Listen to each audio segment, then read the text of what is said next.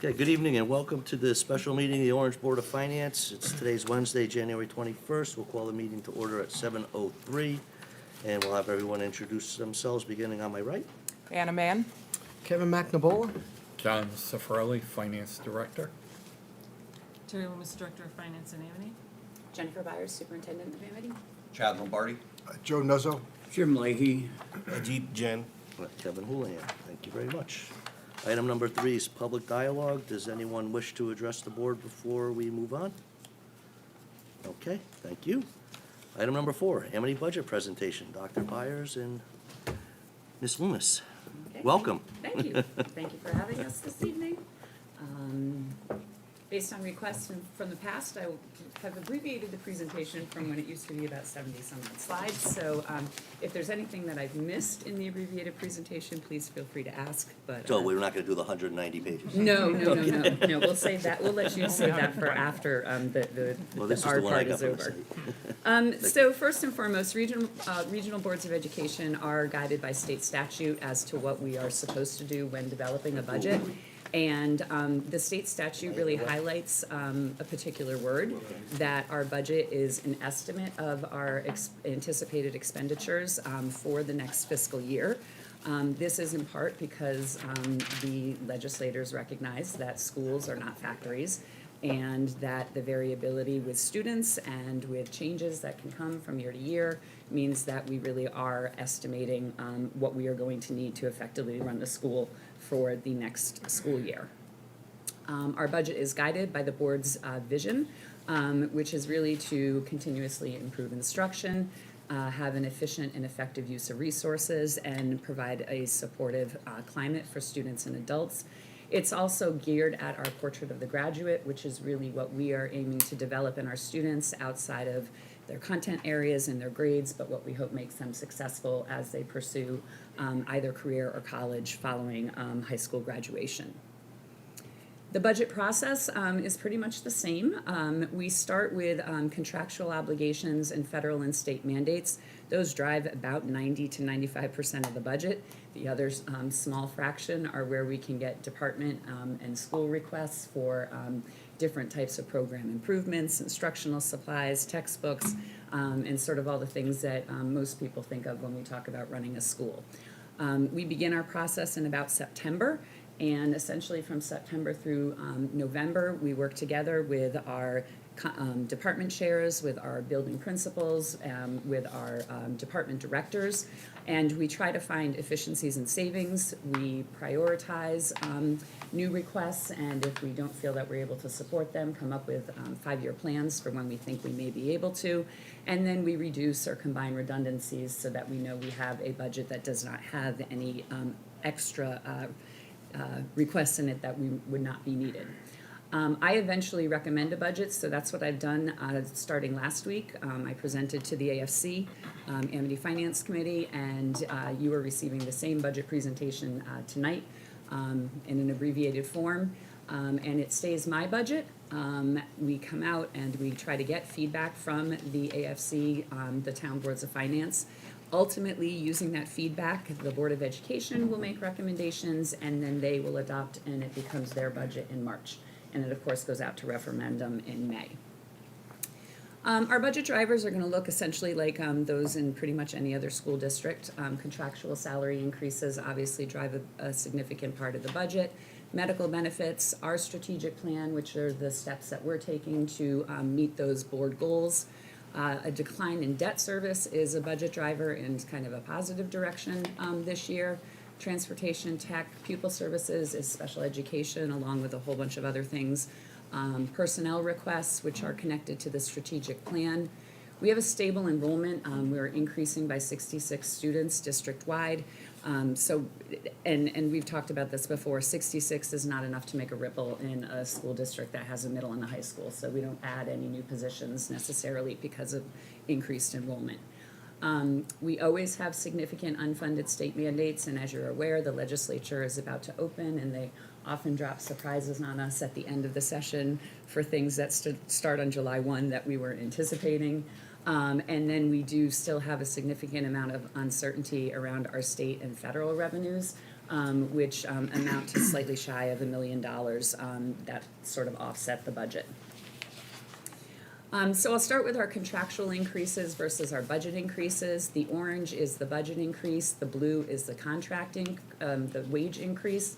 And, you know, essentially the idea is that when the budget is lower than the contracts, it means we're making up for savings in other areas. You guys have seen this slide before. You see the year when we renegotiated the teacher's contract and they got a bigger salary bump than what we had been accustomed to. And there have been years when the budget has necessarily had to be higher than those contractual increases, but we mostly try to make sure that we're either the same or potentially lower by finding reductions in other areas. Health insurance right now is budgeted at 10%. Yes. We maintain a reserve of 18% of our costs because we're self-insured. We do work with Brown & Brown as our consultants, and they always advise us of a strong, moderate, and low reserve. Obviously, we sort of are slightly short of the moderate, but feel that it's a comfortable place for us to be. We also know that in a self-insured district that has a smaller number of participants, we can get more volatility in claims. So we can have years when we have very few claims, and we can have years when we have claims in excess of 100%. So that is, it's a little less predictable. It is a higher risk for small groups, but we think we're in an okay spot with the 18%. We have several district strategic priorities that are guiding improvements to our instructional programming. Of course, we do want to continue the support that we have for a comprehensive academic programming. It includes humanity and STEM classes, AP and dual enrollment classes, but also intervention supports for kids who are struggling, visual and performing arts, career tech ed, world languages, health and PE. Our students participate in a Portrait of the Graduate Mastery Portfolio along with an experiential internship, and we are constantly building our district-wide capacity for high-quality instruction. There are three aspects of the strategic plan that are driving requests in this budget. The first is that we are revising our middle school schedules to support an increased number of student choice, electives, and life arts. That is based on feedback from our parents, our students, and our teachers. The other thing that the revised middle school schedule is doing is it's increasing the academic content time with the students. So we're increasing the number of hours for actual teaching and learning. We are continuing to increase opportunities for dual enrollment and the development of career pathways for high school students, particularly targeting areas where I think they are going to be AI and technology resistant, so that our kids upon graduation are not going to be heading down paths where their jobs could quickly be replaced. And then we are in about the fourth year of significant curriculum revision, and we need to make sure that the written curriculum becomes the top curriculum, so we're looking for support for implementing that.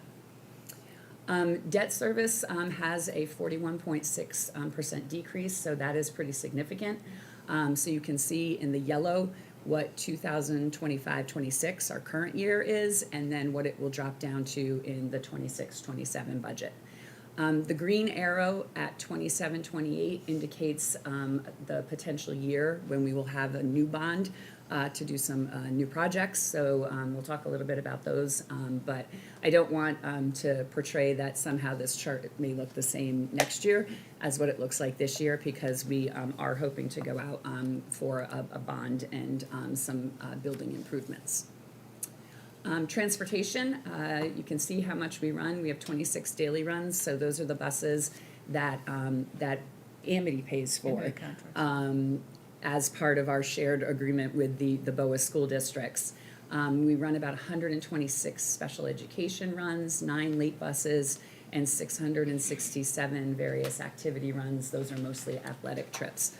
Altogether, transportation is going up 8.36% from the current school year. We have a impact in Jen, technology. do you mind going back to that one? Sure. So we can, might as well, unless you want to go straight. No, go right ahead.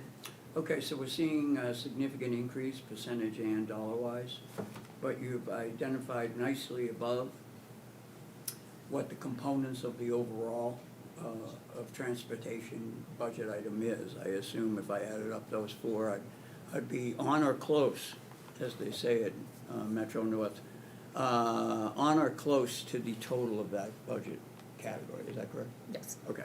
So which of those four is driving that more than expected increase, perhaps? The last three bullets. So our daily runs have the smallest, most predictable increase, but the late bus runs, activity runs, and special education runs can have variability.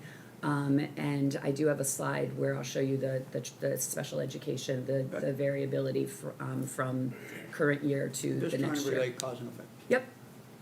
So just a quick question on that. So of the 8.36% increase, how much of that is just based on the contractual increase? Is it 3% increase on contractual and 5% increase on the? I think it was 5.5% this year for the contractual contract? increase. And that is is that like a 3-year contract? Well, we just renegotiated with them a new 5-year contract. Okay. So yes, so I think this is the end End of of the old. 26, 27 will be the end of the old contract. Okay, the 27, 28 would be the new contract. Yes. Right, but special ed does not go up at that rate. We don't contract for special ed Right. within that contract. It's Gotcha. based on Yeah, Each the individual actual run. run correct. and how far Right. they're. Okay, thank you. Technology, so we are a technology heavy district now. At this point, I think sort of everybody is. So we maintain a digital learning environment, which means student devices, protection and classroom management on those devices. Sometimes we need to add some extra peripherals to support student learners. Our infrastructure is truly at the end of life now. It's not even covered by warranty anymore. It's pretty much running our district, and so we are cognizant that if a server goes down, everything goes down. So we are planning for and trying to come up with strategies to address that infrastructure end of life. We also get staff requests. We always have specialized labs. These are for things that require more than what a student one-to-one device can offer. So next year, we're replacing a music and video production lab. We need software for teaching on these student devices. That's just an example of some of the software that we use. We have many Promethean boards or large displays, so kind of like what we're looking at right now, but more interactive and for our teachers to use in instruction. And then security cameras come under our technology department, and obviously we have many of those, and we can always add more or replace ones that are no longer working. This is the Could I ask you a question? I'm trying to tie everything back to the Excel chart. What category, maybe Terry or Jen, where is technology in our categories of items, budgeted So items? it's across a few different ones. You'll see by the equipment, there's Okay. one that is replacement, new technology. There's 5695, which is software, but then staff is within staff, the salary area. And then each school may have its own technology line in addition to the technology line that's at the district Okay, so level. 5695, which is, I'm not sure, it's under the debt service, kind of 1/3 from the bottom, if you're looking at the sheet I threw together in one of you.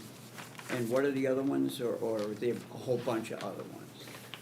Well, there's a couple that are specifically technology, but then there are other technology pieces that, such as salaries, repair and maintenance, that are just in those general So calories there's of more. salaries. It Yes. would be hard to answer at this point. Yes. For sure, okay. Thank you. So the pupil services department budget overview, so here's where you can see that transportation impact. The transportation for those special education runs is increasing anywhere from about 7.5% to 15.5%. Tuition, so this would be for out-of-district placements for students who have disabilities that we are unable to meet in district, is going up anywhere from about 4 to 14%. And then the salaries for our certified and non-certified paraeducators is increasing from that 2.25% to 3.75%.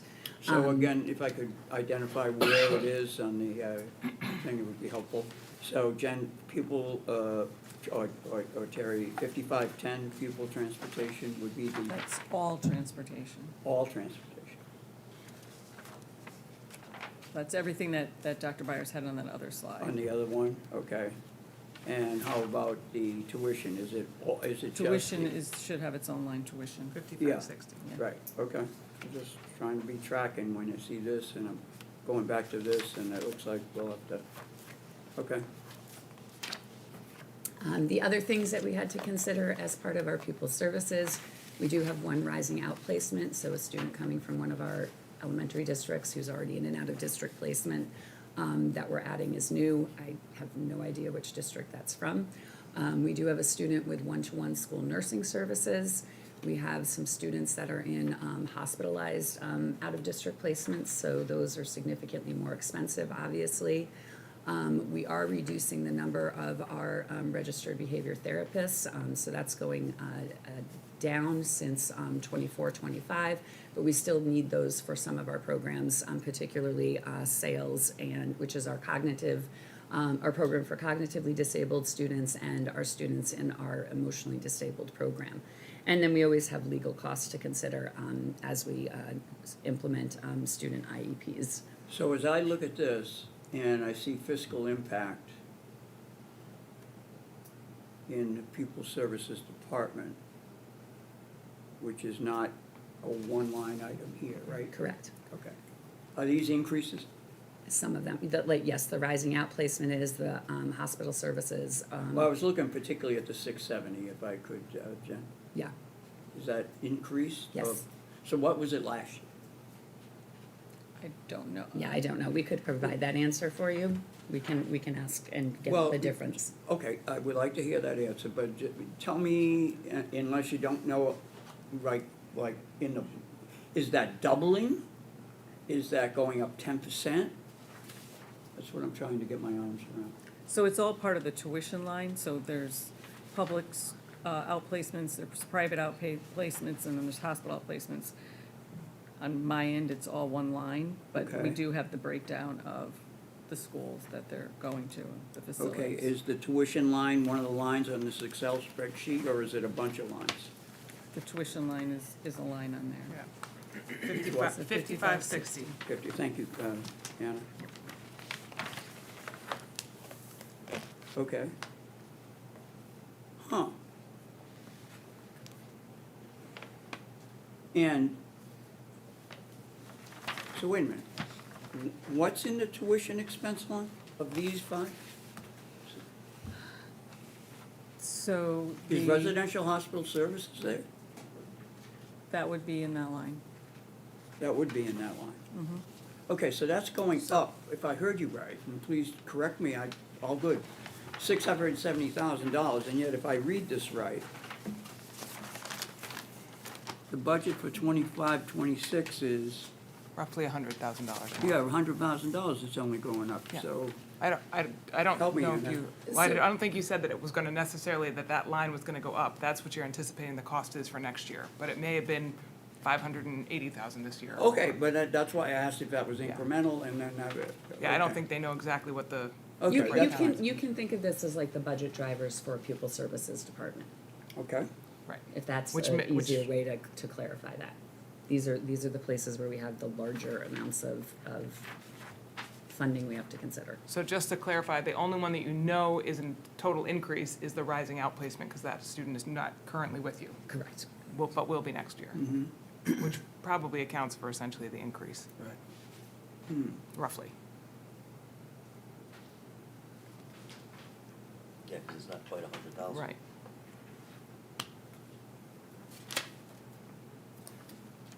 Yeah, so what you're saying, Jim, is the 670 is part of the 3.3 million that's in the budget. Currently 670. and next year. Right, correct, yeah. yeah, but here's the deal. Here's what we're looking at. Yep, Okay? And there sure isn't a one-for-one between some of these to be able to make the connection to what we look at and say, okay, well, I guess I'll go home and when I get the Excel from Terry, all right, I can go home and say, okay, what are the budget increases for all these particular categories? Because that's the way we would look at it, right? In other words, when we look at this sheet here, all right, which is starts on page 119, all right, we have the budget for this year, we have the forecast in November, we really don't need that right now, all right, but we have the budget for next year. We don't have the increase on this sheet, we don't have the percentage increases for all these line items, we can calculate it once we get the Excel document. It's in the So I'm budget just book. trying to make try to tie what I'm seeing on slides to this basic Excel document, which is how we look at things.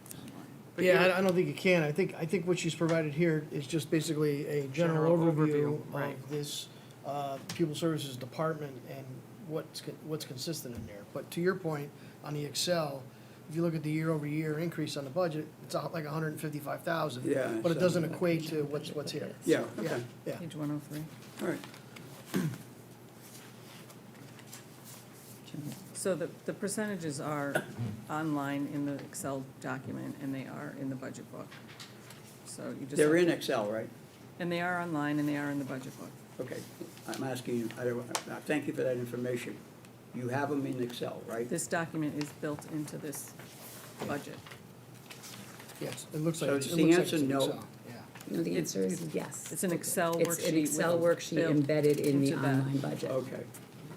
I would like to get the Excel worksheet. I would have to see if I can export it out of the document. Okay.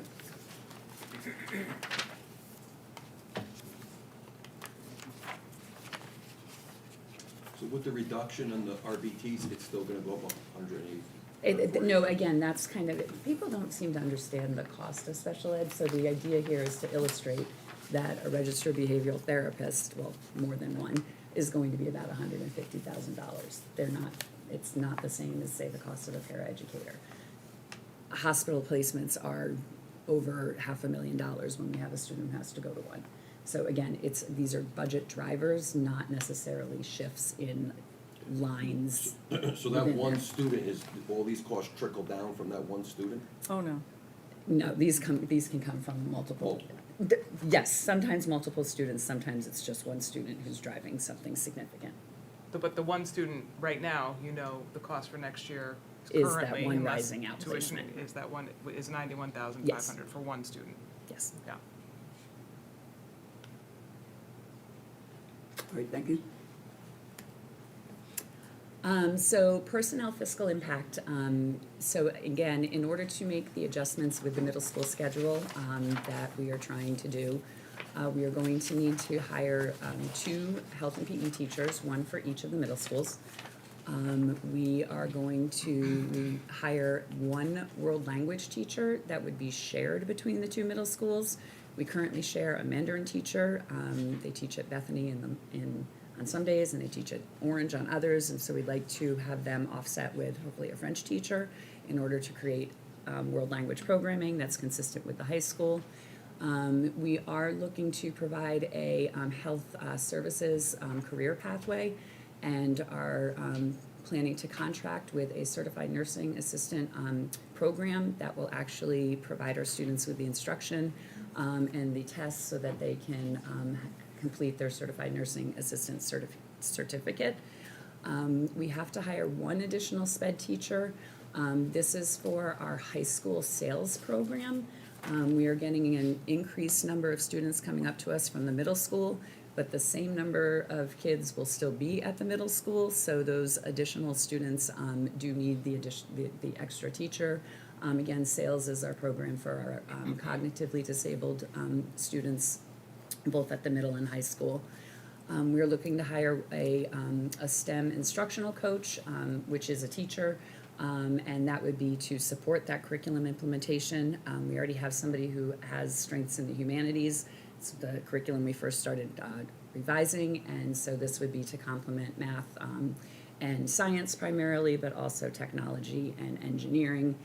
A half-time athletic trainer, and then 2 assistant coaches, both for expanding programs, girls wrestling, and then tennis currently has 2 head coaches and 1 assistant coach, and the idea is to have both boys and girls program have a head coach and an assistant coach. Like I mentioned, we are hoping to do a bond referendum in 2027. This is still preliminary, I would say, ideas of what could be in that bond referendum. I would say the two that are most significant are the HVAC replacement and the roof replacements at the middle schools. Those are somewhat non-negotiable at this point, since they're kind of at the end of their useful life. As some people know, we've been engaged in a media center renovation at the high school. We had always intended to do one at the middle schools. It would be nice to kind of tie that into the bond referendum. We're looking to actually update lighting at both the middle schools and the high school in the Brady Center, and transition over to LED lighting for our stages. We have had a lot of feedback that people are not happy with our middle school athletic fields, so we would look to see how we can make improvements there. At the high school, we need to replace the PA system, and then also build in a lockdown system that will meet state statutes for students that are hearing impaired. Also look at athletic field improvements, particularly to baseball and softball at the high school. And then some kind of more minor projects, including the locker replacements and corridor and classroom floor repairs. Is there any preliminary number on what that all would be, or that hasn't? Yes, it is on page 126, so the preliminary number is approximately $51 million. We are currently getting prices on our middle school library project, so the amount in there is just my best guess at this point. That is not reflective of projects that would be eligible of state funding, so some of those that I anticipate could potentially bring that down to about $36 million. So it would still be 51 million, but the cost to taxpayers would be 36? Yes. Correct. Okay. What did we do, team, when we did the renovation of the high school back in the early 2000 X? 2007, Remember? 04 through 07. 04, I just remember the time. I have Okay. no idea about the John, any cost. memory? How we paid for it. How much The it was? renovation for the high school? Uh, 90 something? I don't remember, but that was adding the freshman class Mhm. up there, and there were some renovations, I think, to the Yeah. main building. Oh, I think they too. did have like half the. Yeah, there was a maintenance. lot. They Seventy, I added, think. they added a wing in Because the it came front in of a the little, building. They added a because I couple. remember Ralph At Ascatino the was on same that time committee, that it we came were in under doing the budget. high school, at my previous job, there were two other companies, or one other company doing the middle school. Right, we had the two at middle the schools time. renovated as new. Yeah. Right. Could I just put a bug in everybody's ear? I've already sent out an article, I happened to stumble across it, roof replacements. There's a thing called Inside Investigator. I believe it's affiliated with, or Yankee Institute. And I had been on their email chain, and I read some of their articles. There's a recent article, I think I sent it to some of the members of the board. And it just surprised me. I think it's valuable background information for when you're considering a roof repair or any other facility repair in town or school-related projects. So some of the members, Paul, I could send it to you, I forgot to, apologize. I'll do that as the next step. So that's just a thought. Yeah, looking at those projects, I think you said that you were looking to prioritize the HVAC replacement and the roof replacements. That's probably a wise investment, I would say. Just looking at the numbers quickly in the back of the book, that looks alone to be about 25 million, Yes. which is probably How much, which one? Okay. the HVAC replacements and the roof replacements, those total, the four projects that they had listed there, How did- that's how about did you know that 25 number? million. If not more. It's on the back of page 126. Okay. That's their estimate for that, and, I mean, the numbers look pretty solid. I mean, I've experienced a number of HVAC replacements and roof replacements that we've done I'm gonna on our send you the article facilities. too. And I gotta tell you, the escalation in price, just over the last 4 years, Yeah, is since just, the pandemic. it's just insane. This article Yeah. will shed some light on that. Yeah, that's I'll good. put you down with Paul and maybe Anna, Sure. add you Yeah. to the list, and Kevin, maybe the whole bunch of people. I mean, I don't know what's written in that article is correct, but it sure made a lot of sense to me that I should It was a investigate more. Connecticut district, right? Say what? Wasn't it a Connecticut district? Well, I saw it in Inside Investigator. But I think the person who brought it to light was a Connecticut contractor. Might have been. When I send it to you, you can educate me on that. How about that? Thank you.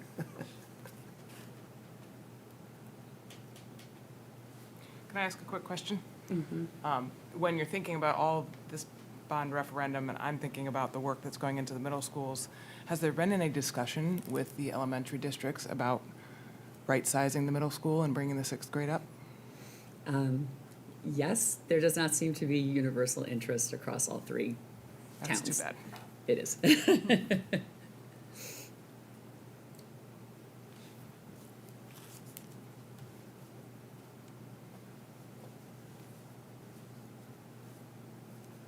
I go on? All right.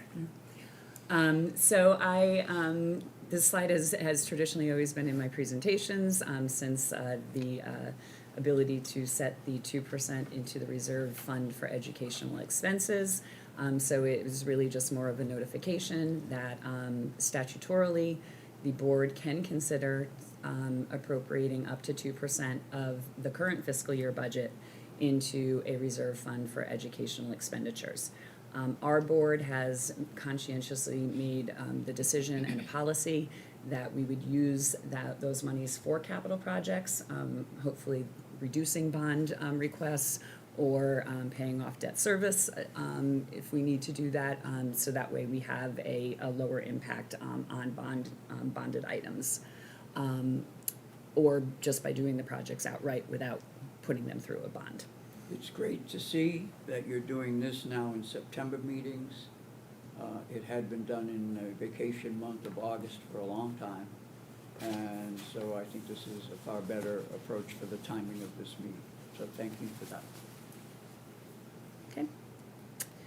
So our initial budget requests came in at about 2.97%. Again, a lower number than what we typically come in at, but that's, again, because of the significant decrease in debt service. All of our work that we did through the fall got it down to 2.3. And then when Terry went and had individual meetings with her red pen line by line, we were able to bring the reduction, or bring it down to a 2.21% increase. Roughly $450,000 cut from those initial budget requests. What this budget supports, just somewhat in summary, is, like I said, that increased academic instructional time and choice for our middle school students, the development of career pathways, and increases in dual enrollment at the high school. I will say, I don't have the specifics, but the number of students taking dual enrollment classes has gone up by about 100% since the first year we really expanded those programs. And that does nothing but benefit our families, because it means they have college credits coming out of high school, and our families don't have to pay for those as their kids go on to post-secondary schools. We have additional opportunities for students to access advanced high school mathematics. So more than one on-ramp, I would say, for kids to get to essentially calculus as a senior. And of course, our contractual obligations to continue to maintain our excellence in academics, athletics, and the arts. Jen, on that one, the dual enrollment, typically seniors, yeah? No, juniors and seniors, I would say, predominate. There may be a few 10th graders who might be enrolled So in that that, dual but enrollment, it feels like they're in two places. well, technically they are in two places. Okay, but where, that's my next question. What would be a typical place would be the other place than Amity? So we have partnerships. So the students are at Amity, Mr. Leahy. Okay. They are taking their class with an Amity teacher in an Amity classroom, and they are earning credits for their Amity high school diploma. Oh, so it's an AP class? No, it's not an AP No? class. They are also duly enrolled in a college. We have partnerships with UConn, Bridgeport, Very and Sacred Heart, Okay, and they earn college credit for a very low cost. Right. And that college credit transfers when they finally go to college as credit that they've already earned. So my daughter didn't have the opportunity to do this because, Yeah. well, there was some world language classes had dual enrollment, but she was not in those. But my son, who was 2 years later, was able to choose for his AP psychology class, for example, whether he wanted to take it as AP psychology and take the AP test, and get AP credit. Right. Or choose it as a dual enrollment class, where he would get a transcript from the University of Bridgeport and have a 3-credit psychology class going into, coming out of high school. So when he went to college, we So when both he- know, right. I know you know where he Yeah. went. I remember. That gets applied. Correct. And then, So- rather than having, what, 120, he has 117 to go, Right. something like that. Right, so his AP English class that he chose to take as an AP English class, he took the test and he gets the credit for AP. But his dual enrollment class, he didn't, he You don't have to- got, he did, well, the You don't test, have yeah. to pass the AP test. Taking, yeah, you have to do certain credit requirements through the uh, class. yeah. So it's not, because AP is not always, actually doesn't always count. Yeah. Whereas schools tend to take transfer credits. So these are literally transfer credits from UConn I didn't know or that. I always thought it UB was just or the AP. Sacred, no. Good. So did Sacred he Heart. physically have to go to UB? No. Or he- No, he no, did it's it all The done The at Amity. teachers have to get a certification or, and the school has to go through an application process and they have to, submit their materials and all of that. But once you get that, then the kids can be designated. You have to pay a nominal fee and then you have to go through the So rigmarole. how many of getting- kids are in the class that your son was in, for example? Well, so he was actually in the AP Psych class, and so kids could choose to take it either as AP Psych or as a dual enrollment class through psychology. How many So kids are in these dual? 25 to, So, last year, which was the first year we offered it, we had 220 students earn college credit. This year, we have 441. Okay, but I thought you heard you say there had to be a teacher in the room with the kid when they take it. They're not. it's the there same is- there's Amity a class. teacher It's just a teaching the class. designation. Yeah, so the Oh, really? Amity teachers are teaching these classes, and then the kids get the credit. That's how you're in two through- places at one Right, time. it's called dual enrollment. You're in one class, but you're earning 2 credits. But Right. that tells me that in that one class, you got Joe, who's smart enough to do that, and you got me, who asks all these questions, so he doesn't do it, right?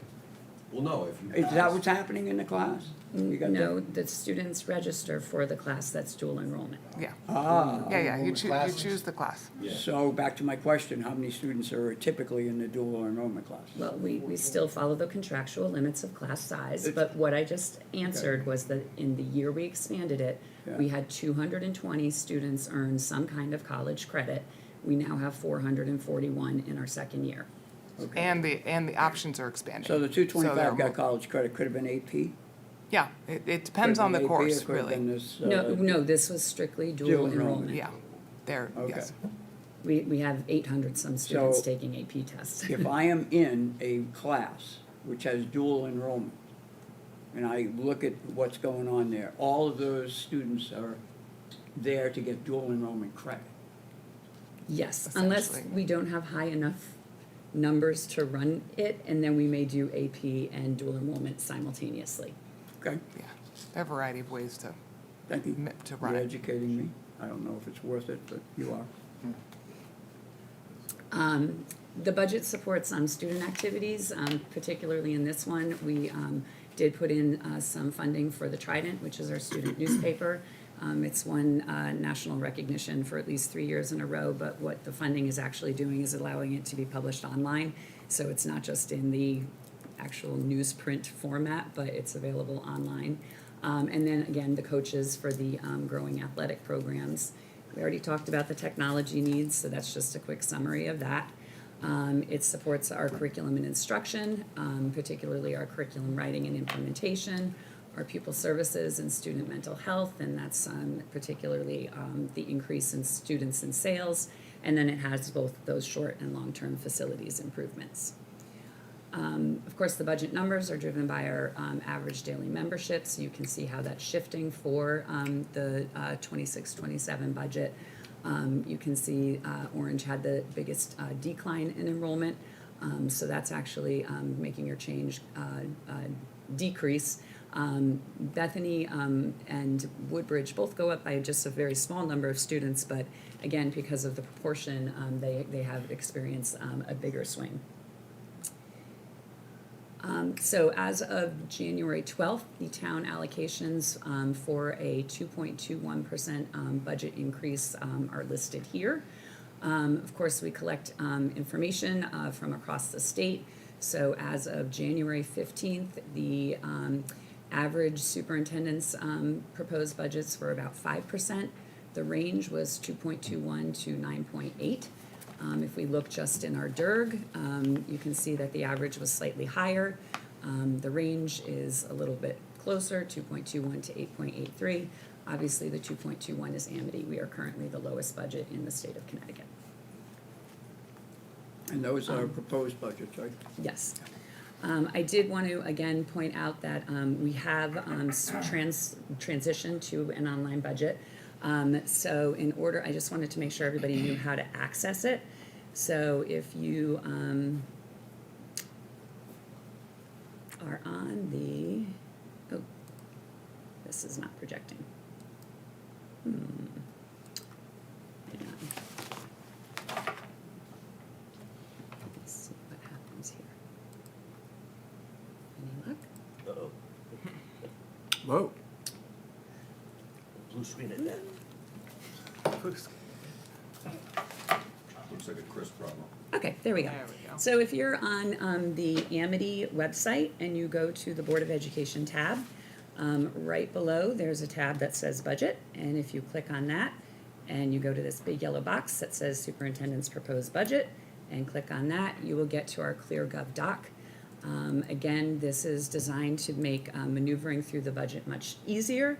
So you have drop-down menus over on this side. If you're looking at financials, you get drop-down menus within the drop-down menus, but it lets you basically navigate to whatever page that you want to.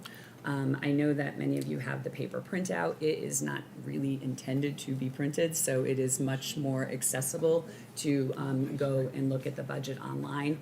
And then the other thing too is obviously in attempting to save some paper, we won't print out big budget books every time we change things. We'll just be able to update it online, and you'll have the most up-to-date and accurate budget. So, I'm online doing this. Is there a way to get to what you said embedded Excels are? Terry? Well, you'll see the documents, but you don't have access to edit. Well, I'm not interested in editing.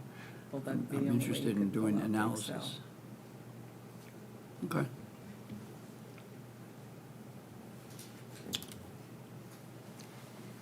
and so then the only other thing that I will point out once I get to the end of my presentation is we have several upcoming meetings. So you can see we've already been out to see our friends in Bethany. Obviously, I'm here at Orange tonight. We have a joint meeting of the Amity Board of Ed and the Amity Finance Committee on Monday evening, where hopefully we'll have some feedback from both Bethany and Orange to see if what adjustments might be favored in the budget. We visit Woodbridge on Thursday of next week. On Monday, the board will receive the presentation of the budget. That will include any adjustments that we maybe have been able to incorporate. Also, by that time, we usually have a firmer estimate on health care costs, and we'll also, make any changes if we see or hear about any changes in special education enrollment. On February 23rd, that is the night that the Amity Finance Committee has to make the recommendation to the board of what the budgets should be. So at that point, we have a good sense of where our budget number is. On March 9th, that is the night that the board has to vote and adopt its budget. Our public hearing on the Amity budget, where people can come and ask questions and we will give them answers, is on April 6th, and then the referendum is on May 5th. Process question. You can leave that up. It's important. Yep. February 23rd. My memory, having been on the Amity Finance Committee, is the process goes like this. The Amity Finance Committee makes a recommendation to what they want to do, right? Those 6 people, in terms of the budget. And I think you have a closeout date of, it has to be done by March 1st or something like that. Does that make sense? Yes. Does that sound right? And then, afterwards, you have the board receive the Amity Finance Committee what they have discussed or come to conclusion of, or whatever happens. When I see the word special joint meeting, I don't see that process. I see the Amity Finance Committee not in a room by themselves. I see them not having the opportunity with outsiders, including the other people in the Amity Board of Education, being there, because it's not their job to do that. It's the Amity Finance Committee's job to come up with the Amity Finance Committee's recommendation. So I just don't understand that process. So there was a lack of communication between what the finance committee would recommend and why, when the board wasn't there. So it was requested that we improve that communication, and the way we improve that communication is by having all the members at the table so they can have the conversation, but ultimately, in the end, it is only the 6 members of the Amity Finance Committee who make the motion and who vote on what their recommendation is for the budget. I would say that's one way to solve the problem. I say that way of solving the problem influences the process of the Amity Finance Committee, 6 people, 3 of whom represent the towns. All right, Joe represents us, okay? Without having to have the discussion as to why with 6 people not on the Amity Finance Committee.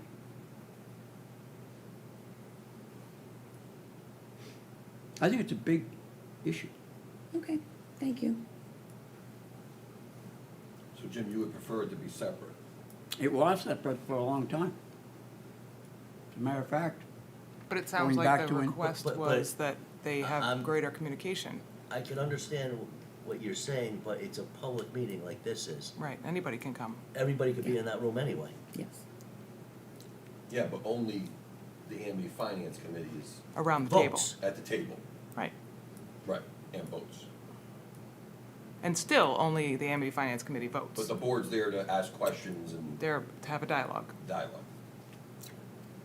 what I am seeing is everybody agrees it used to be the other way, But yeah, right? I don't think anyone's disputing that it used to be that way, right? And what I'm hearing is there's a sense that it's a good idea before people vote on the Amity Finance Committee, that they have the opportunity to be influenced by people outside the Amity Finance Committee, and I didn't think that's what it was intended to be. When you say influenced, Yeah, what do you I'm mean confused influenced? on influenced. Well, I Informed? heard you say that they could explain why they're feeling, right, the way they feel about the budget. A member of Joe, a member of the Amity Finance Committee, me, a member of the prior member of the Amity Finance Committee. So Correct. I would, And a good persuasive person very well may convince the board members that the numbers that they are recommending really are what's in the best interest of the towns. I don't So think that's it's the an purpose of excellent having the Amity opportunity. Finance Committee make their recommendation. To have to explain to other members of the board, or even you, why they want to vote the way they want to vote. Well, I know, and I know actually you know the bylaw pretty well, and I don't see anything in the bylaw that says having a conversation and explaining or engaging in dialogue about the decisions that are made is prohibited. can I ask a But question? this is new this year, you're telling us. No. No, that's been a This win. is the 3rd year we've done That, I this. was gonna Oh, ask, so 3 years ago Joe, was so the you, first time we you've did been it. on the Amity Finance Committee for quite a while. So you were on it from the previous way, and you're on it this way. How do you feel it's going? I mean, having the budget, it ultimately is the board's decision, for sure. And we're there, of course, as the oversight. Right. I think having them there, who really gets into the nitty-gritty of the budget, is a good thing to have. Good, have them with us in the room if we have any questions, speak specifically with them, directly with them, or both of you. I think it's okay. I mean, I don't think they're gonna influence us on our decision. I mean, I think our boards of finance make the recommendations for me. That's and what I was gonna for say. the I other mean- 3. We make the recommendation on how I'm going to vote, and we're gonna vote for it. How I'm gonna vote for it with. I mean, in with the some boards. respects, because we send you with a charge Right. of what you're gonna vote, Right. it is it's an academic exercise to have that conversation, but the way that we operate, we already tell Joe how he's gonna vote. Yeah. So in some respects, it's not, it's a little disingenuous to even go and have that conversation at the One of the Amity three, Finance that's Committee.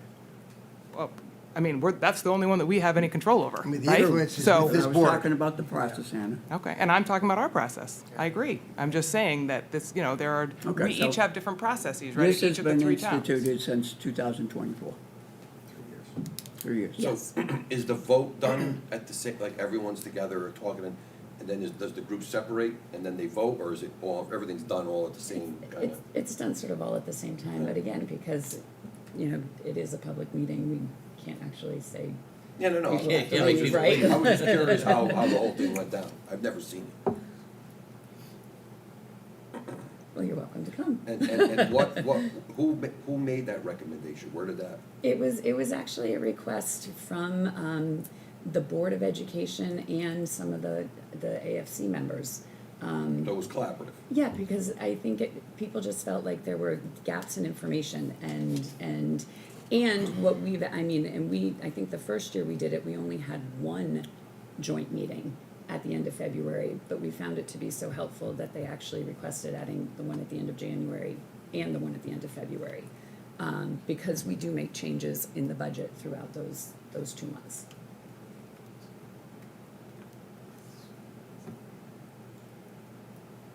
I got a question on the enrollment. You said there was 66 students. Is that an estimate? Are you estimating the kids that are kind of Estimating map the over kids from? moving up. Yeah. Because I know there's been kind of a drop lately with, but you're not anticipating, you're just looking at the numbers that are there, same numbers come over. Yes, and we know, because, yes, kids leave the district, but then kids also come into the district from other places, so it tends to balance out, it doesn't shift that much, even if they're not the same kids. There was a question earlier in the fall from us about the October 1 enrollment, and you said that was as of, and I can't remember which month it was, November, I guess we didn't have a December meeting, but November, where you said that was as of now, and you were gonna update it in January, or what? So we were did, confused we on sent that. out, so our original, so when you do the October 1, you send your preliminary report to the state, they give it back to you, and then you have to do like a verification. And there were a couple of students, particularly homeless students, that because of how we pulled the data, they were listed as not residing in our towns, because they are living in different towns, but we actually do have to count them as part of our enrollment for the school that they would have been attending, so we made adjustments, that was where Okay. we had changes in our numbers. Jen, this was the first year I remember since I've been doing this 22 years, that there wasn't, Terry sends it out, here's the ADM, and that was that. Was there something different in the government that caused? No, it was how we were entering the homeless, how we were entering the homeless students in our student database.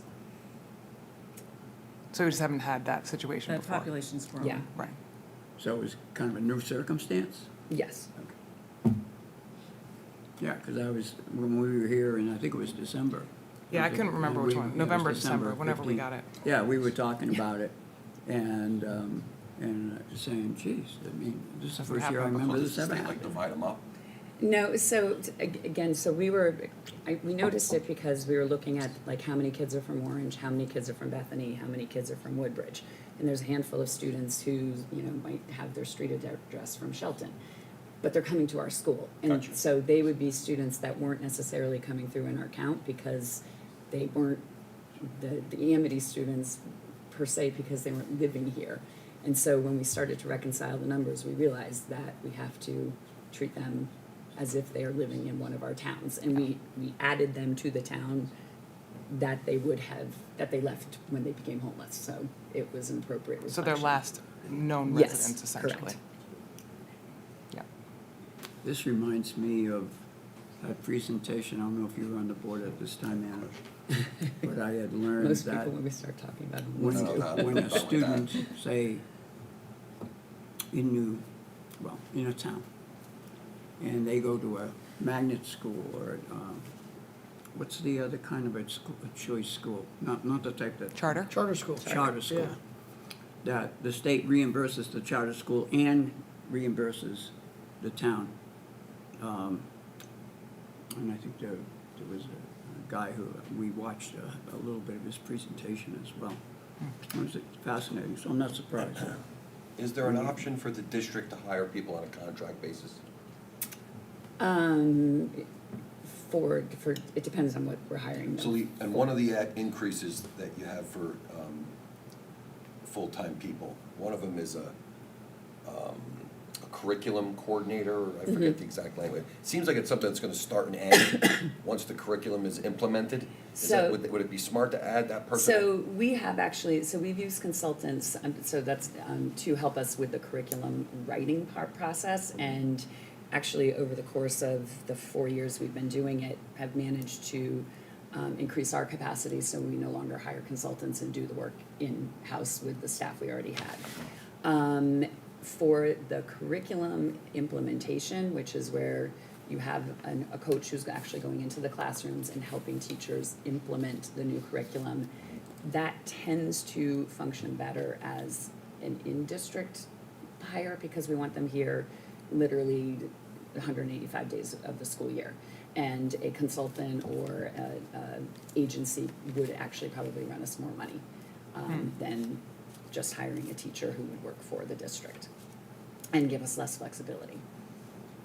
So an What example. happens once it's implemented, then does that person shuffle over to another responsibility? Well, so we may have them working with math teachers because math is our first curriculum we revised, but then 3 years later, now we have science curriculum. I got So you. it's, So- and then by the time we're done with kind of all of those areas, they'll have given us new math standards and we have to revise math curriculum again. So it's kind of, And by yeah, they, you mean the state. yes, correct. With the new schedule at the middle school, you have 3 FTE, that you're 2 PE and a world language. You talked about the world language and creating or resuscitating a former program, because there used to be French at the middle Yes. school when it was a junior high. So it went away in 2005. So that's good to hear. With PE, are you adding PE electives? Why is there a need for? No, so, It just seems like a lot of PE teachers. So, yeah, so this is getting a little bit into the weeds, but the PE and health are gonna run opposite each other. So kids are going to have it every single day. So it's Okay. doubling essentially the amount of health and PE. And again, that was one of the pieces of feedback from our students and parents, was they wanted the kids to have more physical activity. When we double it, it's not necessarily going to be 1-to-1, it might be 2 to 1 Right, yeah, as depending part of on our the- cycle. So, so that way, we essentially meet one of the requests that the students and parents had. Okay. So that would also necessitate presumably an adjustment in curriculum, Yes. because if they're gonna have to Because double the we're- amount of time, they're gonna have Yes. to adjust how they're. Which, all of that is included in this budget, so Baked into. we've thought about like, kind of like the cause and effect of doing one change, what else will happen. So Yeah. there's some other, there's some much smaller lines, not primary drivers, but we've accounted for that in the budget process. I thought I read in the budget book somewhere that that part of the FTEs, and I couldn't quite understand, part of it is grant funded, or is something coming out of the grant and it's into operation? There's a grant ending for mental health specialists. For the mental health specialists, for So the we've been sales phasing it program. into the Okay. budget each year, and this year the money will run out. I see. so- Okay. So it's actually, it's been for our person who's been addressing chronic absenteeism. Okay. Which I'm happy to say, out of our 4 districts, we have the lowest Lowest. at this point. So it seems that the program is working. And yes, it was part of ARPA monies, so Yeah. we had it for 3 years, and so we've been slowly trying to phase that out, so it has a less significant impact Is that a on the budget. certified position, or is Yes, that- it's a okay. certified social worker. Okay. So Terry, you're gonna make an attempt to get this material in Excel and send it to us? I'll see what I can do. Send it to John, and then he'll send it to us, yeah? Okay, thank you. I have one last question.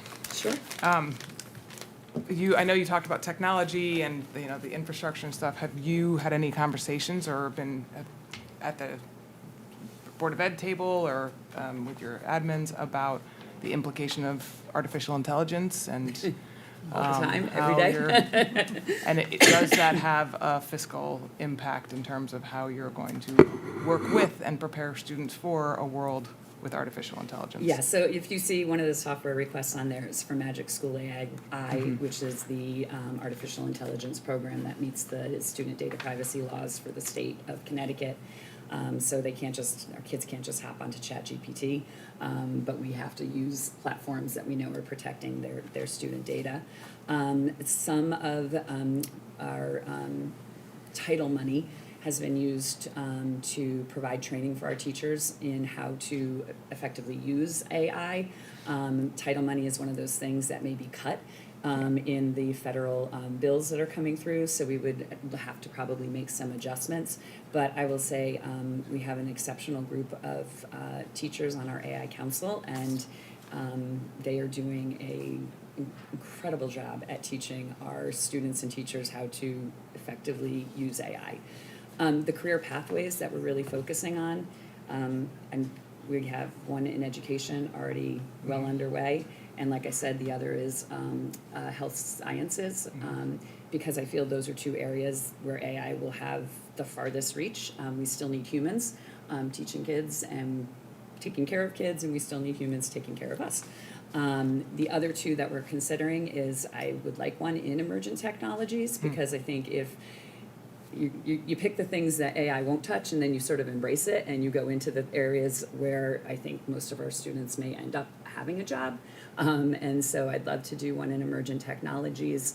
And then the last one that I think is AI resistant is a pathway for trades, because AI is not going to build our houses, at least not for a while. So trying to be forward thinking around that and to build those types of programs so our kids have some skill sets coming out that are going to allow them to be successful, like I said, upon graduation.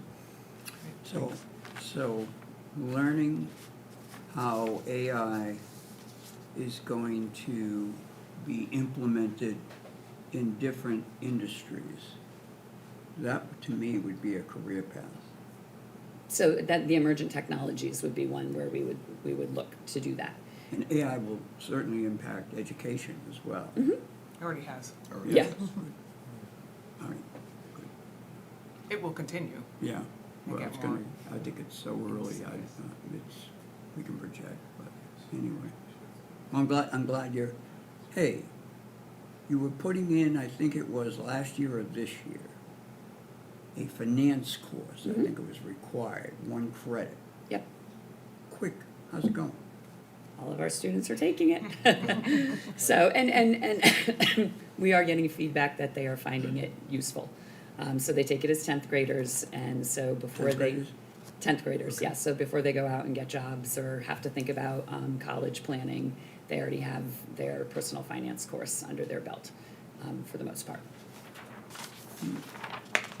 If I wanted to talk to someone for a half hour about what is going on in that course, is there a person to contact? There absolutely is.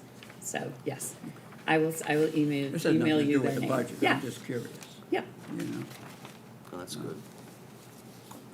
Can I see, I have some slides here in addition to questions, but I just soon get them over with, and we've covered some of them. What are your vacancies right now for? We're fully staffed with the exception of one special education teacher and it's been vacant since the start of the school year. And kind of like to your point, we still have to provide those services, so we're contracting with somebody who is at a cost of over $400 a day. So in order to contract with someone, you have to go through an agency. Or they may be a Retired. private, independent, retired teacher who has essentially created an LLC for themselves doing this kind of work. Right. Yes. That's what Yeah. I was thinking more along that Yeah. line. Yeah. Because I could see where the agency would add another layer of Yeah. cost. So, but yeah, it's more expensive than a teacher, but we still need them. And then we have a couple paraeducator positions But open. there's no benefits with them, right? No, but it's still, the overall cost is more Really? expensive. Well, it might be more expensive in the short term, but not in the long term. I don't know, that's a conversation for a different night. Well, here's why I asked the question. All right, I hear $400 a day. We know that means, what, 400, 2,000 a week, maybe 40 weeks, that's 80,000. I thought our average teachers were, and then you throw on the benefits. it Well, I may thought they be were gonna even useful. implement this program, and then when it was done implementing, then the person would leave.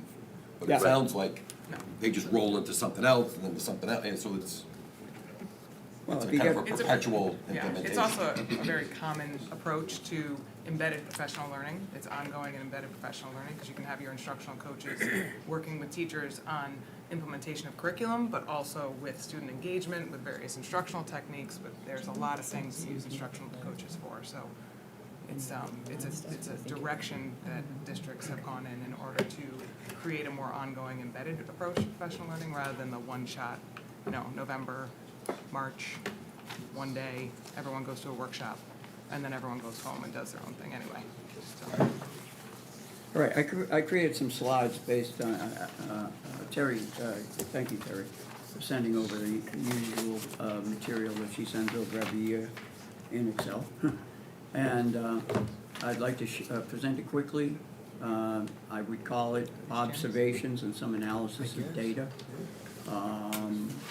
Some of the data is over time. Share, I'm just gonna move myself. I'm presenting it, there's some questions maybe I have, maybe some, just so that you can visualize the data so everybody can see it. For the Board of Education members here in the audience tonight, certainly for our board. And if people watch on OGET, they can see it there as well. So, who knows where the time goes, right? Okay. So, I'm gonna start with reminding all of us what we've identified as the two responsibilities that we have as the elected members of the, there it goes, how about that? The elected members of the Board of Finance in the town of Orange. Lord knows, we in our town have been hearing a lot about various types of requests for town services. I won't identify anything, but, the roads, we want our road paved, right? My roads, of course, we gotta have it paved. Public safety, without, as the police would tell you, if you don't have public safety, all the other stuff will not be happening as well. Community health and welfare, who's against that, right? Maintaining our commitment to our schools, and everybody involved in all of the above has to adapt to state budget cuts and assigned cost mandates, stuff like that, right? At the same time, town taxes, pretty much commercial and residential, pick up over 90% every year. It varies a little bit, but it's 91 to 93%. I think that's fair, Kev, over the years. And 2/3 of what the town taxes are, more like 80, 70%, John, I think now, between 2/3, 70% is residential, all right? Yeah. So that's what one of our balancing acts are. The second one, and I've been using this for industry for over 30 years, I really stole it from United Technologies back when they had an advertising campaign in the late 90s. It looks like you're really scrutinizing things, right? Doing more with less. To me, I think it's what we all do at home. When we go plan a trip, we look at the cost of airfare, right? When we go for gas, how many of us, for 2 cents less a gallon, go to Costco or something like that? It's built in. And one of the issues you have is to get that in, how to kind of advertise that or get it in the environment. So anyway, that's what we try to do. And so with that thought in mind, I'll run you through. You don't have to read the stuff on the right. There are examples of things that are coming. But I have 6 things I'd like to share with you. And for what it's worth, and if I have real strong opinions, I'll tell you. I have some questions. The first one is the orange share of the budget. We have already gone over it together in our December meeting, as Anna said, back in December. We looked at this, and this is the same data as you showed, Jen, so nothing wrong with that. But what we're trying to doing is to educate our population, right, our town's taxpayers, people, that this average daily membership is real important in budgeting, real important. And in October it comes out and it's used for the next year's budget. So we all know that. I want everybody in town to know that. And our enrollment went down, it turns out, by 18 was it? And so our average daily membership as a percentage went down. And you could see the numbers, same numbers that Jen said, same numbers we talked about in December. So what you do see also is sometimes very small, and Jen identified that as well. For example, in Bethany, they only changed by 6, and yet their percentage went up by 1/3%, which is a significant amount for them. Without any increase in budget, it goes up 193,000, a meaningful number in the town of Benefit. For us, we're benefiting this year in the tune of 373,980, and Woodbridge is going up 180,000.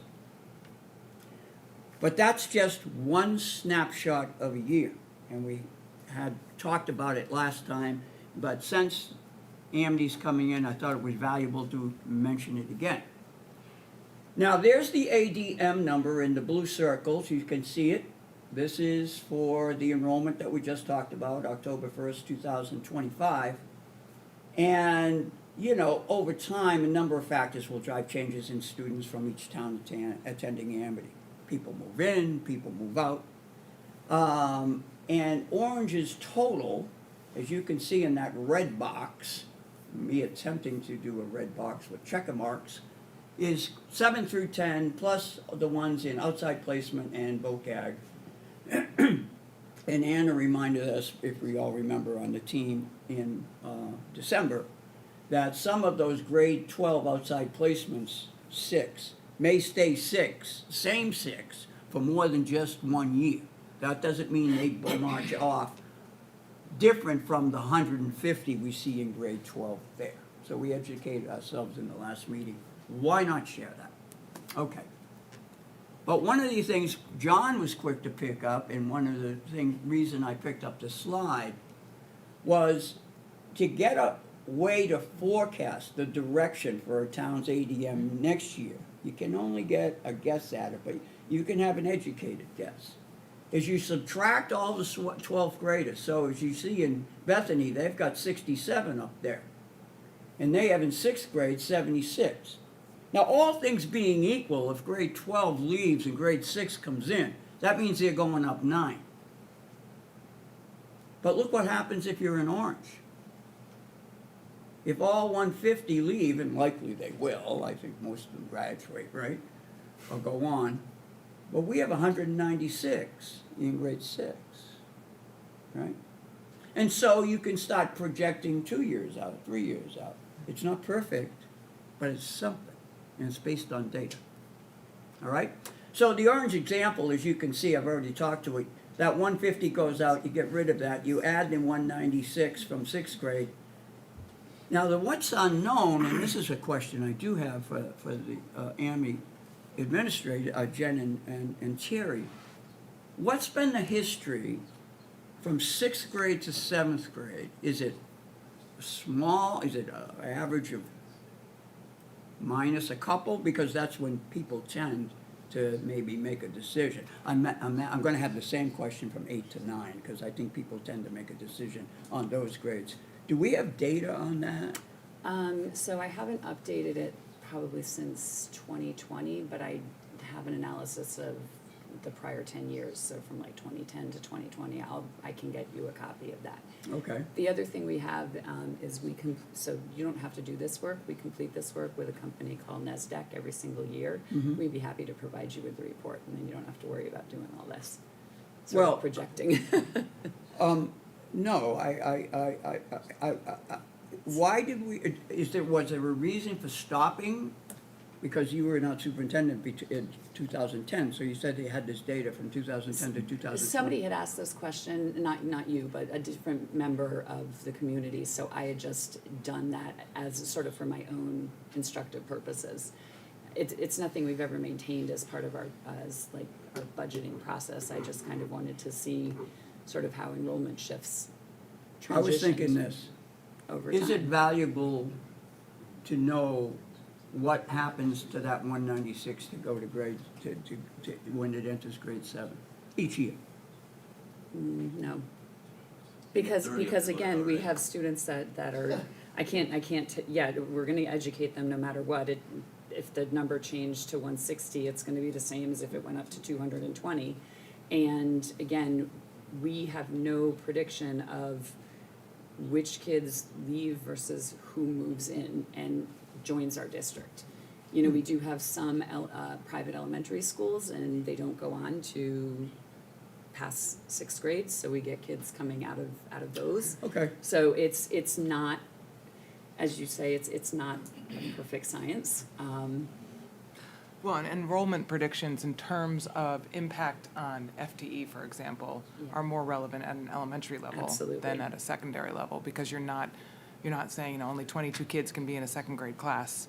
You know, you might have a sophomore English class that has 28, but another sophomore English Oh, class I has wasn't 19. thinking of NPEs, but I In see terms your of, yeah, point, just in terms of, Okay. that's often why districts do How have to about- do enrollment projections. How about people who are and again, I'll focus on our town, Orange, under grade 8, we have 185. Do we have data on what drop-off happens between 8 and 9? I can't remember if when I did the analysis, I included 8 to 9. I maybe did, but Did I'll we have to ask go look why at they it. changed? They change for a whole variety of reasons. Some students want a trades program, and so they opt to go to tech schools. Some students, very candidly, want athletics, and so they Oh, opt no. for places to go for athletics. Right. Some students feel that the high school with 1,300 kids is way too big for them, so they opt for a place that's No, smaller. I know there's sample Yeah. answers. I wanted to know whether or not, if we had 185 and pick a number, 10, 23, why they're making that decision. Yeah, it's different for every single student. Do we collect ju- that data? And just like the Well, I don't students. think the family's gonna tell you why. Yeah, and They just just like the not enroll. students who That's going return over a to lot. Amity as a sophomore or a freshman, because they weren't happy with the experience they selected, they come back for different reasons. Oh, I know that. So there's no, this is qualitative data, there's not necessarily the same answer for Okay, every so single one of those choices. What I'm hearing is that we do not systematically collect reasons why people change No. from either 6 to 7 or 8 to 9. Okay. Anyway, Or any other grade. but the analysis that you will eventually get to in your document here, in various places, is based on basically the approach, for example, your 3-year forecasting, what your percentages you must have used for allocating to the various towns. You must have used a process like this, Just I moving assume, them. Terry, right? Yes. Okay, fair enough. So Jim, you were looking for some sort of like a trend, to say like if 185 kids go from 8th grade to freshman year of high school, let's just say over a 4-year period, there was an average of 10% of that 185 elected to go to either Notre Dame, St. Joe's. And you always count on Right, that 10% Right, right. change. That's what And you're looking also for? why, right? Like what, is there Yeah. something we're not providing, or is there, That's why I was thinking that we would want to ask. yeah, I mean, we Yeah. could, As a it would business be- decision to keep them with us. Yeah. How do you I keep think it would be attracting hard to- them? Yeah, Right, but it'll be That's hard our for you to feedback. right, right. it's a thought, Yeah. right? But yeah, I wasn't saying to therefore change the budgeting process. forecast, because Yeah. it's only a forecast at this Right. point, right? Because Right. we'll find out what's really true next year, this time, Right. when this document Right. comes out. I was just asking that question. Yep. But yeah, I would be Like curious. a, like a Reasons trend, are made. yep, trend analysis, Yeah. yep. Okay. I got you. All right, so that's one category. Student enrollment, this again, I ask this every year from Terry. I asked it, I guess, late last week, Thursday or so, I forget what day. She, just says, hey, we've been up to our elbows, fine. And then she got it to me this morning, and then I did a couple of charts. But that's the data, and again, I can share this with the team, all right, or whoever wants to see it, it's fine. This is the history of student enrollment at Amity, back from what I'll call, when I started in 2005, 2006, the Brady years. And we're forecasted, again with caveats, but it's an estimate, right? An increase to 2,263, an increase of 64 from the current number, or excuse me, 2199. Now remember, when you look at that 2199, if you go back, That's the number over to the right.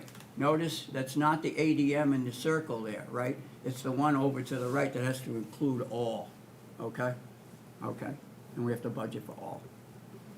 Okay, so that's that. Now, what we can certainly see is that this is fewer students than we had back, 15 years ago.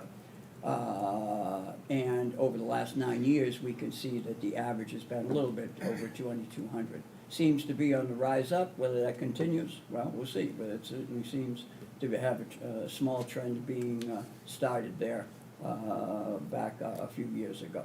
All right, so that's what I see in student enrollment. Okay, the proposed budget, we've already seen the number. I just wanted to put it in, but it's really a two-part story, and I think this is important.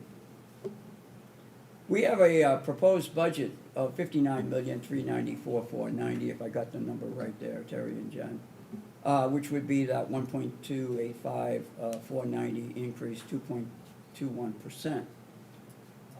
Now, the average over the last 17 years, again, just going back, you can do the calculation. All these calculations are based off the Terry data that she sent me. All right, you can see that, and that's one aspect of it. But I'd like to take you back. Joe, you ready to go back 3 years? Remember 3 years ago when you were a freshman? No. Yeah, nice. Memory lane. We're going back to memory lane. We're almost 3 years to the day, January 23rd, 2023. And I'd like to remind people of this, because in this room on that date, we talked about this. That at that point in time, as we were looking for the gray there in the middle, the 23-24 budget, we could project that there were reductions coming because our mortgage was going down. Can you imagine? Can you imagine? Joe, can you imagine? Without a mortgage, it'd be great. No, I didn't say without a mortgage. Let's go down. All right, Yes. but say your mortgage payment was not $3,000, but half that. The next year, you'd have more money, wouldn't you? That's right. Yeah, you'd have more money. So, I was thinking, you know, what would be, is that important? Looks important to me. So what I did is I calculated. I went and found the increases.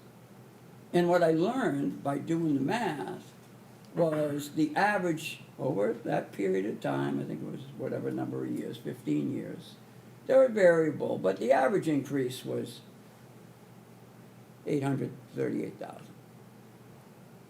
That's what I saw. Now, why is that important? Well, I started thinking, if the average was on or close to that number over the next few years, and we can see the reductions in each of the years at that point in time, like Jen said, you know, it's on or close. It varies a little bit by year, but not that much. I think you'll find that for 2026-27, that 1,069,600 number is close to what is in the budget as a reduction this year. All right, but I thought that this would provide an unprecedented opportunity for member town tax relief while maintaining ME's educational excellence. I said that. Now, for whatever reasons, we've had increases over the last couple of years. But I just wanted to remind everybody in this room, the administration, the Board of Education members in that town, and anybody in the town, taxpayers, that was my thought back then. And that was why I had that thought. I didn't make it up. So, going back to the superintendent budget for what we're talking about here, I said it's a two-part story, and here's the second part. The debt cost. Remember, Joe, I cut your debt by half, right? So you now have $1,500 extra right in your pocket for you have more money. So the same thing happens here when debt costs go down. And as we can see, it goes down by, in blue there, $1,060,096, and it looks like I typed in the wrong number when I put it up in the other thing. Violation on me. Good thing I'm close. So the increase to the operating budget in the proposed budget has to take into account the debt that had went down. Now, it's in the document, it says it right there, all right? But you really have an operating increase of over 4%, not 2.21. Okay? I'm just giving you my thoughts. Now, when you see it that way, when you look at that on the right-hand side, is really two components. It's the 2.21 of the budget to budget, but then you throw on top, Joe, I cut your mortgage by half, remember, I told you, remember, it's over 4%. It's just the math. I think the math is wrong there, though, because the other budgets, like say the budget for 24-25, also had decreasing debt service.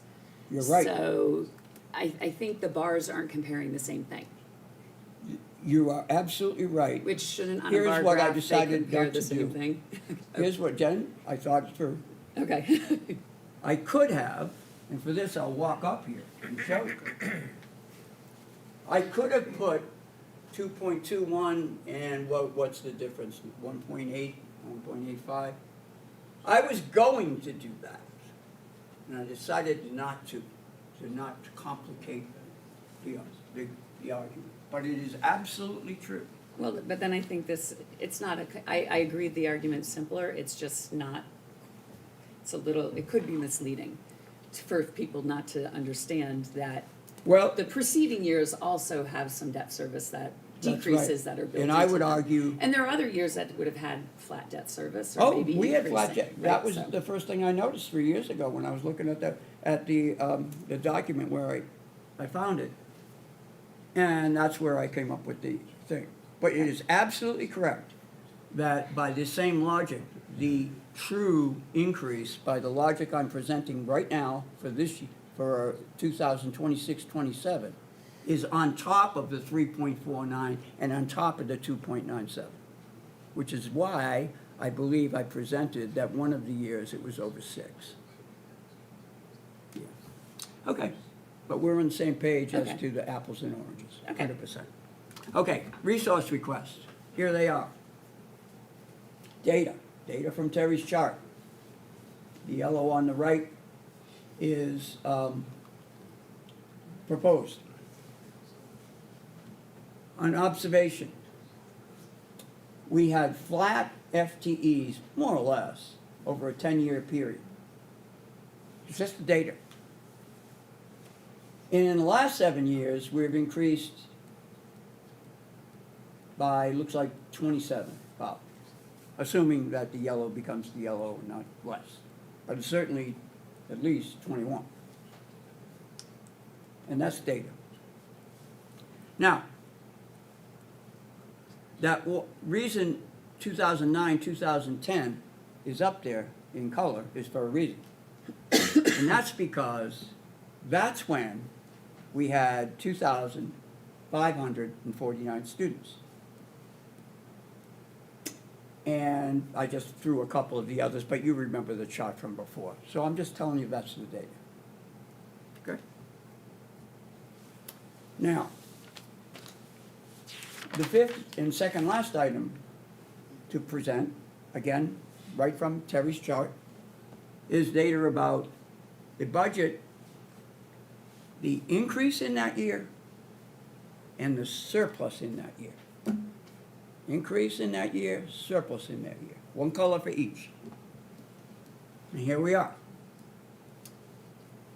It looks like we have 2, 4, 6, 8, 10, 12 years. And if you look at the blue, what you're looking at is that's the annual increase that was ratified, voted on, accepted, whatever you want to call it. And you could see what the amounts were over the various years. It looks like one of the amounts in 21, something happened to it, but it was 900,000, but the data is available. The gold is what the surplus was in that very same year. You don't know the surplus for this year because we're not in the end of the year, Joe. We're not there yet. Now, I have two observations I'd like to share. The first observation is that in 11 of the 12 years, except for 2014, 2015, that's the only outlier, the surplus, the gold was higher than the blue, the increase requested. Every year, some years way higher. All right, and there's COVID in there, and there's getting our hands around COVID, a couple, whatever, but that's the data. What that means, item 2 in the observations, is that in each, every single one, except one, 11 of those 12 years, the amount spent, the amount actually spent, was less than the budget at 0% increase. It was less than the prior year's budget. Has to be. If your increase is blue and your surplus is higher than blue, then you didn't spend as much as you had budgeted the prior year. Just the math. Now, final one. Thank you, Kevin, for being patient and team.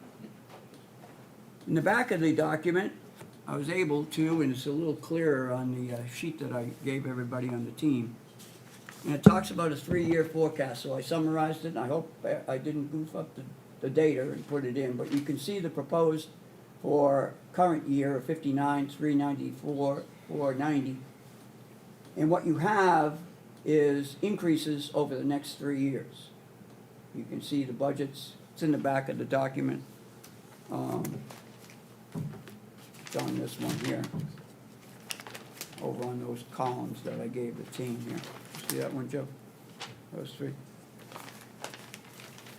And it also gives the impact for each of the towns. I only chose Orange because that's where we live. But that's in the next document, next slide, the final slide. So you can see 63, 305, 917, that's a 3.9 million increase, about 6.59%. 66,560,000, these are only forecasts. 66,563,744, 3.2 million plus 5.5%, 15% increase. And another 3.5 million going into 2930, the bottom of the 3 years, cresting a little over 70,100,318, a 5.3 run. So I just added up the numbers, take that 10 million, 0.7, put it over the current budget, and then I got 18%. And all I'm going to tell you is, earlier in this presentation, we already saw what the average increases had been over 15 years at a certain point in time, and what we had seen as budget increases over the last 18 years or 17 years plus 1 right now. Those slides are already in the deck. Final slide, the impact to, 2 slides.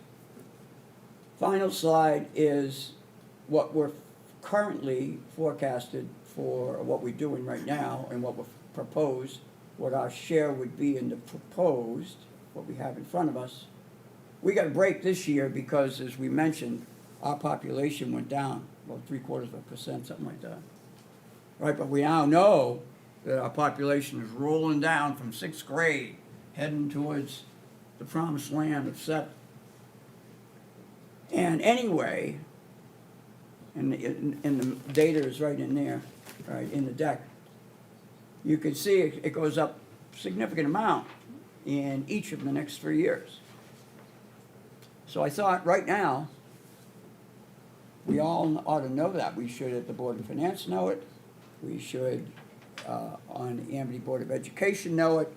All taxpayers in town ought to know it, because as we're looking at roads and fields and all things, you know, we will all be having to take a peek at doing more with less, thinking about it as our money and spending it wisely, So, I'm not saying this is the only thing we look at, it is not, we all know that. But that's the implications of if this forecast were to happen, and it's in the deck. So I summarized it for you. Final thing? Jim, can we go back to that? Sure. Sorry, I don't have a microphone, so I'll just yell. Yeah. The 1.854, is that based on the 80,000 ADM, or did you revise and come up with a new ADM? No, all I did, Kevin, is take it right off the sheet that's in the So deck. in reality, if we have 46 I- students I- next year, I projected those kids are moving up in that year, so In it's a other words, you revised projected ADM. the oh, she did this. Oh, yeah. Oh, I thought you made this chart. No, I made the chart, but Okay, I but the took data, it. okay, So all sorry. the data is right here. All right, thank you. Yeah, it's in the back, I think it starts on, I'll show you after. Okay? So anyway, this is what we should know. This is our job, right? And what we do, and people vote, and all good. God bless America. All right? My summary. I have to say, it feels like an excessive budget increase. Okay? That's my opinion. It's not everybody, this is not Board of Finance, this is just me, all right? The past years, in my judgment, we did not take advantage of the strategic use of debt reduction. That's my opinion. We have a historic consistency of high budget surpluses. You see the data. In light of number 3, it continues, in my judgment, to highlight the need for root cause analysis on the budget development process. I'm not making judgments on it, but when I see something that looks like it needs a little bit of a tweak or a fix, I think there's some root cause analysis could be useful. I also think on item 5, that capital items, when they're over 5 years, should always, maybe I should have put always, be financed by debt to reduce the annual operating budget increases. And finally, I don't think this town nor this team have they done anything but been long-standing active supporters of education as evidenced by its budgets, which does not preclude us from asking tough questions. That's our job. Peace.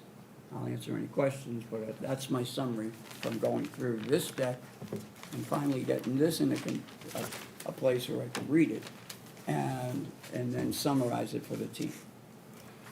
I'll be happy to get rid of that. Excuse me.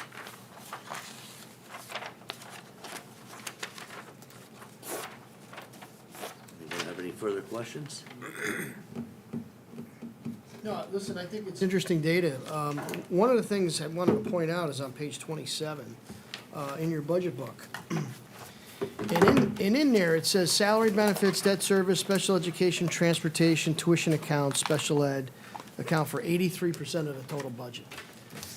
So with that being said, you basically have 83% of your budget, which is fixed every year.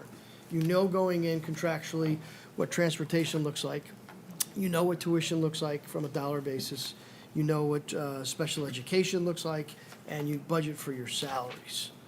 So with respect to the surpluses that you experience every year, I think a deeper dive into what is causing the surpluses will probably land in the areas of salary vacancies overall, okay? In the transition of people moving in and out and teachers coming in and out.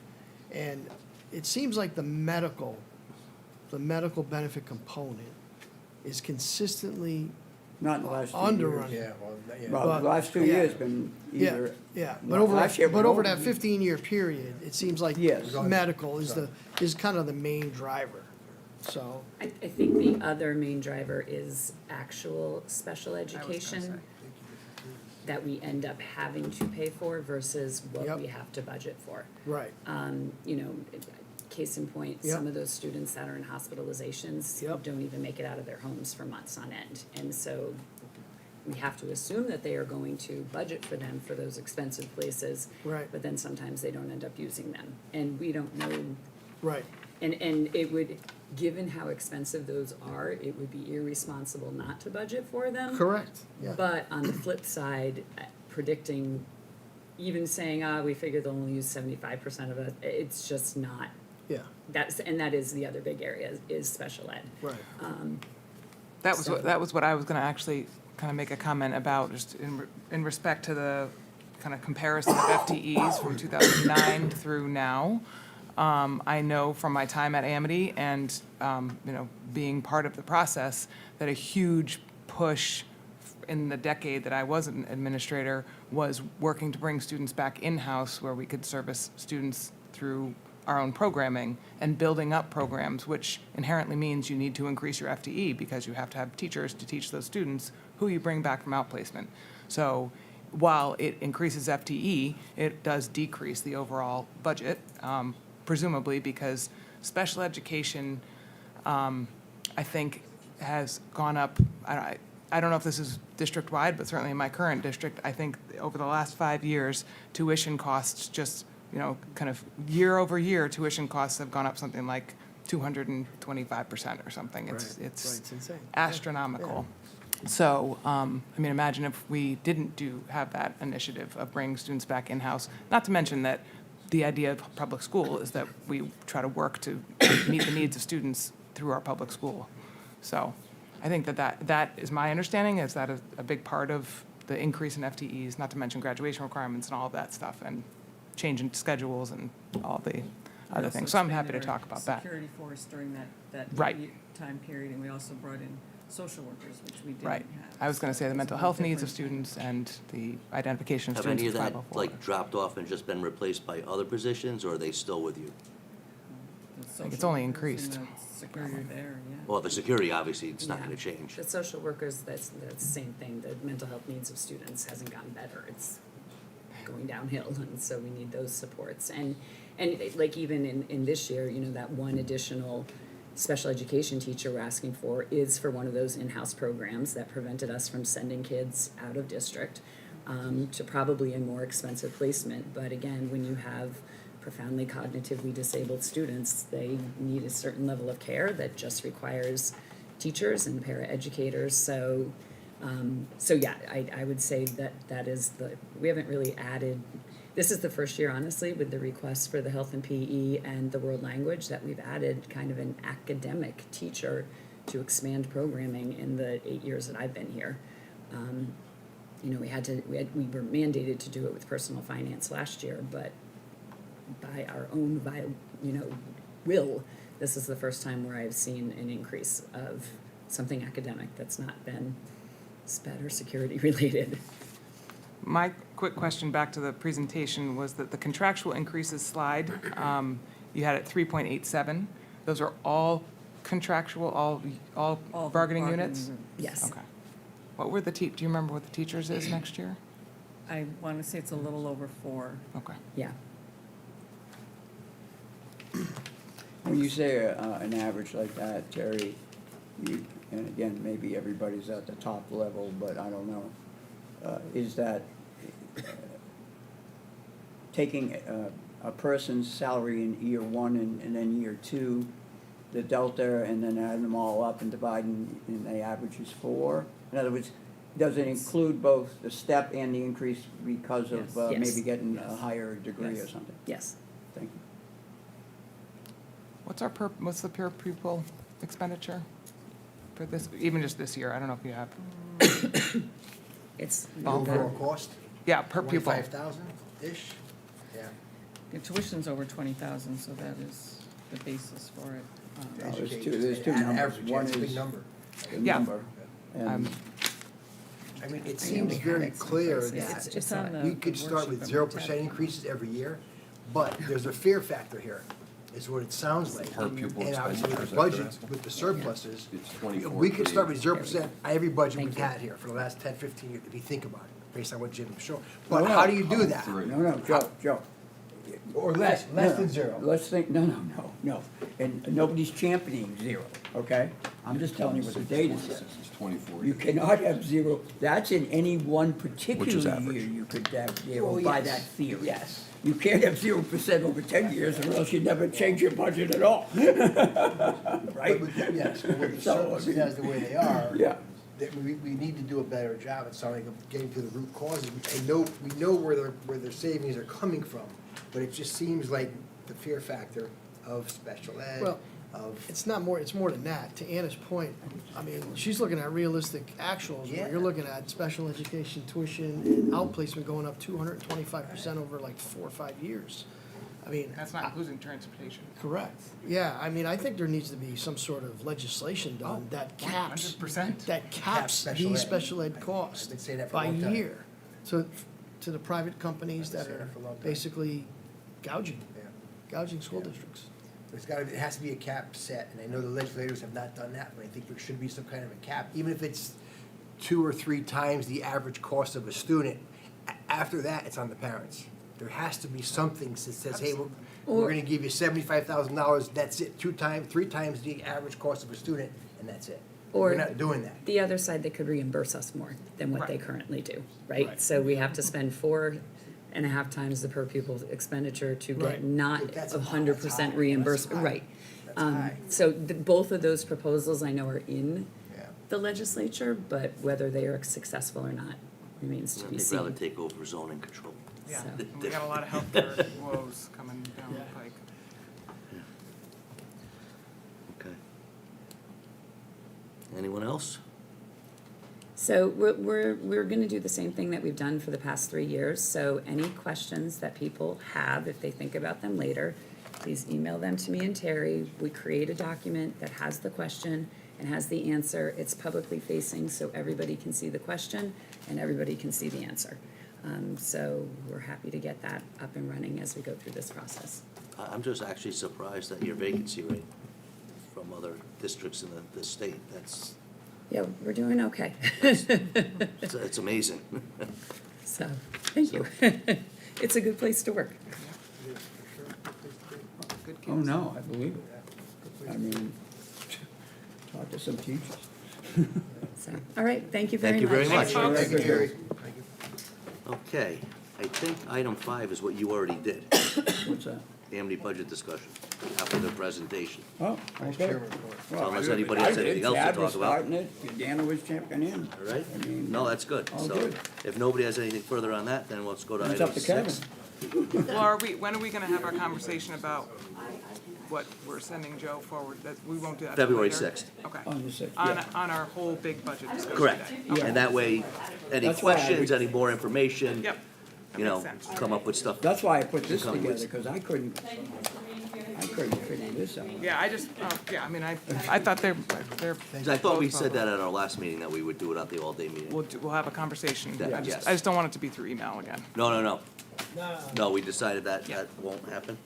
Okay, item number 6, discussion and approval of minutes from December 15th, 2025, regular meeting. Let me get them up on the board for you here, Mr. John. I'm ready. I don't have anything. Wow.